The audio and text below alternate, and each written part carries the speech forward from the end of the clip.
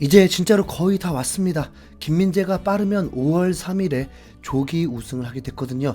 설사 늦어진다고 하더라도 우승을 못하는 일은 없습니다.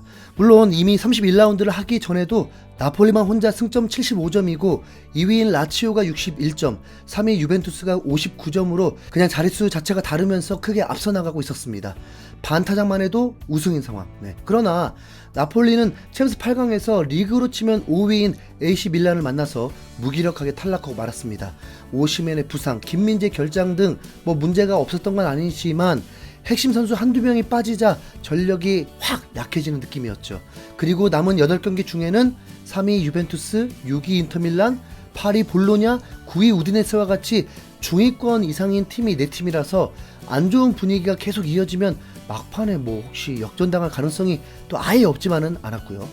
하지만 이번 유벤투스전에서 김민재가 돌아온 나폴리는 확실히 차원이 다른 팀이 된다는 걸 다시 한번 보여줬습니다. 홈팀인 유벤투스의 분위기는 최근 들어 꽤 좋아졌습니다.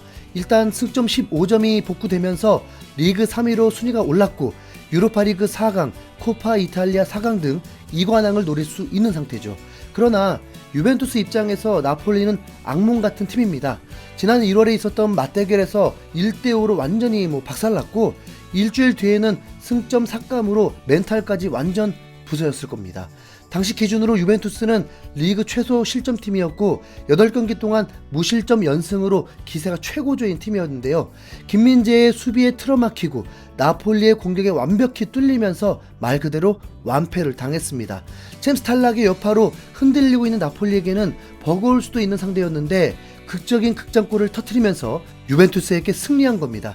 나폴리는 4-3-3 포메이션으로 흐비차, 오시멘, 로사노의 3톱, 은돈벨레, 로버트카, 앙기사가 미드필더, 포백은 올리베이라, 제주스, 김민재, 디로렌조, 그리고 메르 골키퍼가 나왔습니다. 경기는 주로 나폴리가 주도했는데 전반전 점유율이 거의 7대3으로 나폴리가 2배 이상 많이 가져갔습니다. 패스 성공률도 91%대 79%로 나폴리가 훨씬 정확했고요. 그러나 막상 슈팅 자체는 유벤투스가 더 날카로웠는데 서로 똑같이 4번의 슛을 했지만 나폴리 유효슈팅은 제로였고 유벤투스의 유효슈팅은 3개였습니다. 아무래도 유벤투스 홈인 만큼 초반의 기세가 매우 높았던 건데요. 하지만 후반전에 들어서자 분위기가 확실히 반전됐습니다. 나폴리가 슈팅 찬스를 계속 만들면서 유벤투스를 위협하기 시작했고 결국 유벤투스가 먼저 교체 카드를 꺼내 들었습니다. 후반 15분에 디마리아와 키에사, 후반 21분에 파지올리를 투입하면서 분위기 반전을 시도한 겁니다. 그에 맞서듯 나폴리에서는 후반 23분에 로사노와 은돈벨레를 빼고 엘마스와 지엘린스키를 투입했죠. 그러던 후반 37분 유벤투스 감독의 용병술이 먼저 빛을 발하나 싶었습니다. 교체 투입된 디마리아가 빠르게 뒷공간을 파고들면서 왼발 슛을 성공시킨 건데요. 다행히 그전 각축 상황에서 공격자 파울이 선언되면서 이 득점은 취소됐습니다. 결과적으로는 득점 취소였지만 간담이 서늘해지는 장면이었죠. 확실히 월드컵 우승도 한 만큼 날카로운 득점 감각이었으니까요. 하지만 이때 김민재는 디마리아에 대한 경계심을 최고 수준으로 높인 것 같습니다. 왜냐하면 이후 공격 장면에서 디마리아를 완전히 꽁꽁 묶었거든요. 후반 43분에 파지올리가 페널티 박스 안쪽으로 패스를 냈고 디마리아에게 공이 연결됐습니다. 그러나 이번에는 김민재가 디마리아를 제대로 포착하고 끝까지 따라붙었죠. 살짝 높게 뜬 공을 헤더로 끊고 포기하지 않고 끝까지 따라가서 태클로 공을 걷어냈습니다. 디마리아는 꼼짝도 못하고 소유권을 뺏길 수밖에 없었는데요. 김민재의 레이더에 포착된 이상 빠져나가는 건 불가능했습니다. 결국 나폴리 골킥으로 소유권까지 잘 가져왔고요. 이어서 나폴리는 추가 시간에 교체 투입된 라스파도리가 극장골까지 터뜨려 버렸습니다. 마찬가지로 교체 투입된 엘마스가 올린 크로스를 그대로 왼발 발리슛으로 연결한 건데요. 유벤투스 골키퍼의 가랑이 사이로 정확하게 빠져나갔습니다. 교체 투입된 두 선수가 극장골을 합작한 걸 보면 이번에도 스파레티 감독의 용병술이 제대로 맞아 떨어진 거겠죠. 유벤투스는 지난 1월 대패를 복수하려고 벼르고 있었을 텐데 오히려 또다시 패배하면서 승점을 쌓지 못했습니다. 반면 나폴리는 유벤투스를 꺾으면서 조기 우승에 더 가까워졌습니다. 여기에 더 희소식은 리그 2위인 라치오가 11일 토리노에게 0대1로 패배했다는 겁니다. 4연승을 달리던 라치오는 맹렬하게 나폴리를 추격하면서 끝까지 우승을 노리고 있던 팀인데 예상치 못한 패배를 하면서 이제 승점 차이가 17점이 됐죠. 남은 경기는 7경기, 승점 21점인데 나폴리와 라치오의 차이가 17점이니까 나폴리가 앞으로 5점만 확보하면 자력으로 조기 우승이 확정됩니다.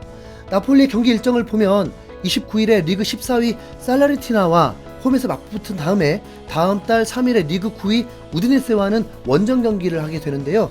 이 두 경기에서 승리한다면 남은 경기 결과와 상관없이 나폴리 우승이 확정됩니다.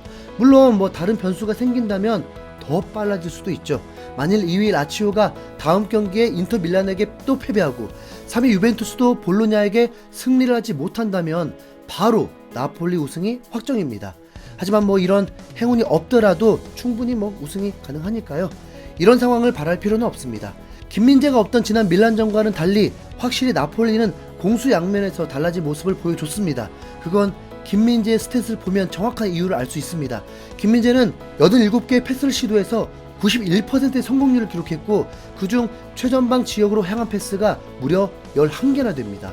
패스 87개는 팀 내 최다인데 센터백인 김민재가 최다 패스라는 건 나폴리의 공격 빌드업이 김민재로부터 시작한다는 뜻이죠. 물론 수비적인 수치도 훌륭합니다. 걷어내기도 3위로 팀 내 최다고 가로채기 2회, 리커버리 3회 등 수비적인 역량은 말할 것도 없습니다. 하지만 김민재가 전 세계에서 탑3 안에 드는 센터백으로 꼽히는 건 철벽 같은 수비 능력과 더불어 공격적인 능력도 훌륭하기 때문입니다. 이제는 심심하면 나오는 장면인데 김민재는 걸핏하면 50-60m씩을 드리블로 전진하곤 합니다. 이번 경기에서도 그런 장면이 2번은 나왔던 것 같은데요. 경기가 시작하자마자 나폴리 진영에서 하프라인 너머까지 드리블을 하면서 디 로렌조에게 패스하는 장면이 있었고 전반 16분에도 페널티 박스 앞에서부터 유벤투스 선수 3-4명을 제치고 오시멘에게 패스하기도 했습니다. 대참사가 났던 토트넘 수비와 비교하면 진짜 수준 차이가 확 나죠. 가만히 수동 쪽으로 볼을 기다리다가 반응 속도가 늦으면서 실수하는 답답한 토트넘 수비수들과는 달리 김민재는 한 발 빠르게 움직이고 적극적으로 공격에도 가담하면서 동시에 수비도 완벽하게 해버리니까 탑클래스라는 말을 듣는 겁니다. 그 활약은 몸값으로도 나타납니다. 독일 매체인 트랜스퍼 마르크트에서 우승이 유력한 나폴리 선수들의 몸값 상승폭을 공개했는데 김민재는 나폴리 선수들 중에 그 상승폭이 2번째로 높았습니다. 첫 번째는 흐비차였는데 기존 1,500만 유로에서 8,500만 유로로 하나로 치면 1,000억이 넘게 올랐고 김민재가 2번째로 1,400만 유로에서 5천만 유로, 하나로 500억 이상이 올랐습니다. 나폴리에서 우승을 차지하고 프리미어리그에서 손흥민, 이강인과 같이 뛰는 모습을 꼭 보고 싶네요.